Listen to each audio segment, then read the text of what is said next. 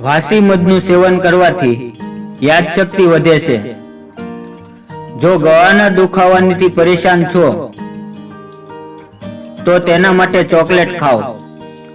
જો કમરના દુખાવાની સમસ્યાથી પરેશાન છો તો રોજ બપોરે પાણી સાથે થોડુંક કાળા મરીનું ચૂર્ણ લેવાથી તમને દુખાવામાં આરામ મળે છે। કાકડીનું સેવન કરવાથી હૃદયના ધબકારા સામાન્ય રહે છે। સવારે ઉઠ્યા પછી આંખો પર ઠંડુ પાણી છાંટવાથી આંખોની રોશની વધે છે। ગુલાબના ફૂલને સૂંઘવાથી ડિપ્રેશન ઓછું થાય છે। શરીરના કોઈ પણ ભાગમાં મોચ આવે તો બરફના ટુકડાને ઘસવાથી સોજો ઉતરી જાય છે। જો પાતળા લોકો વાસી દાડમનું સેવન કરે તો જલ્દી જાડા થાય છે। સ્નાન કર્યા પછી કાળું મીઠું ચાખી લો, તેનાથી ઘટપણ મોડું આવશે। જે વ્યક્તિ રોજ કિસમિસ ખાય છે તેને સરળતાથી કોઈ પણ રોગ થતો નથી। ફુદીનાની ચટણી ખાવાથી ઊંઘ ઓછી થાય છે। જો વજન ઓછું કરવું હોય તો રોજ પપૈયું ખાઓ। સફેદ જીરું ખાવાથી આંખોની રોશની વધે છે।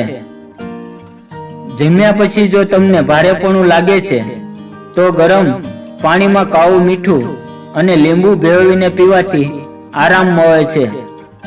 જો પેટમાં ગેસ બનતો હોય તો અડધી ચમચી તજનું ચૂર્ણ હુંફાળા પાણી સાથે ખાઓ, તેનાથી આરામ મળે છે। ટમેટાનો સૂપ પીવાથી ખીલ અને કરચલીઓ દૂર થાય છે અને ચહેરો ચમકદાર બને છે। સવારનો નાસ્તો ન કરવાથી વ્યક્તિનું શરીર ફૂલી જાય છે અને પાચન ક્રિયા સુસ્ત બની જાય છે।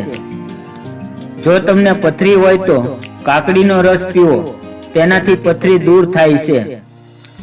નબળા અને હળવા વાળને ઘાટા કરવા માટે ડુંગળીનો પલ્પ લગાવો।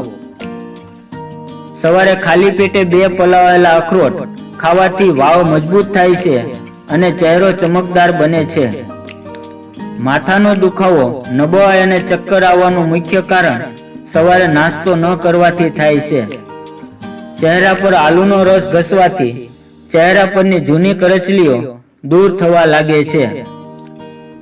મિત્રો, વિડીયો પસંદ આવ્યો તો વિડીયોને લાઈક અને ચેનલને સબસ્ક્રાઇબ જરૂર કરજો। ફરી મળશું આવતીકાલે એક નવા વિડીયોમાં। ત્યાં સુધી આવજો।